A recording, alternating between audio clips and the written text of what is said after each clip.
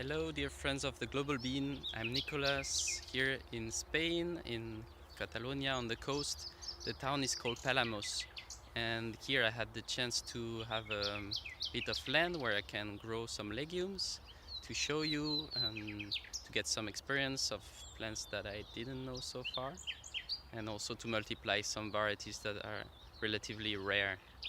So let me show you what I have. So these are some of the crops I have on my little plot here. But first I wanted to tell you a little bit about the context of this year. Here in Spain, of course, the climate can be really dry, and this spring there has barely been any rains until yesterday.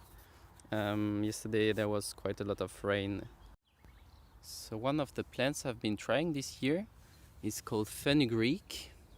And even if you haven't heard of it, you have been eating it for sure, as this is one of the ingredients of curry.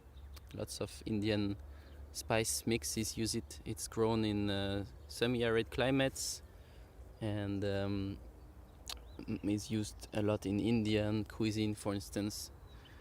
This is one small plant. Maybe I've been sowing them a little bit too dense because the plants only produced a few pods.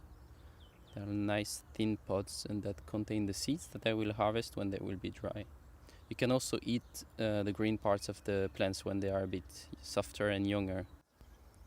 And the seeds can be used in the kitchen. They are sometimes used in cheeses, and I'm using them in stews and in burgers, patties.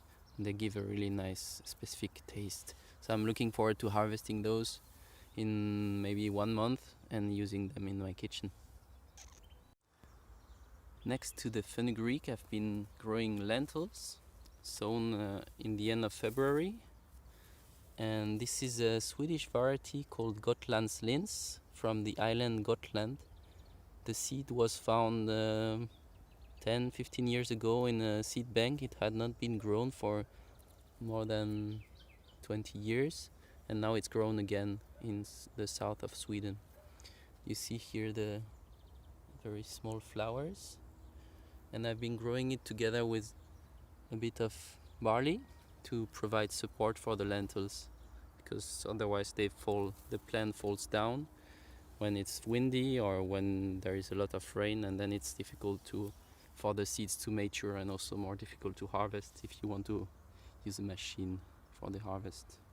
Lentils are very easy to grow, but in the gardening scale it's not so efficient because the seeds are quite small, and it's difficult to harvest by hand and to thresh.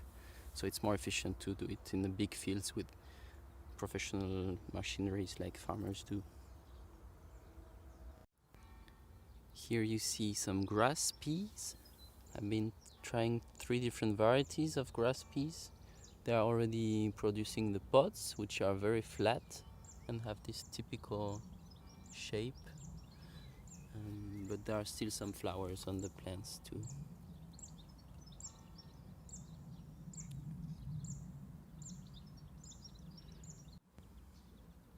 Grass peas are called like that because the plant looks more like grass, like a cereal actually, because of the shape of the leaves, which are very thin. And they are used in semi-arid climates. In Mediterranean climates they grow quite well because they require much less water than common peas. Here is another variety of grass pea which has more flowers, less pods. The other one I was showing is a bit earlier. This one is later. It's from the south of France. Look at these nice bluish flowers. Then I've been growing some pea varieties, common pea, and they have been growing so fast here in the Catalan climate. I was surprised how fast they grew. I didn't have time to install proper support system, so I have this net that doesn't look very professional, but still the plant holds. Here I have a few plants of Swedish variety called Visings Ö. I wanted to multiply it again because it's quite rare variety.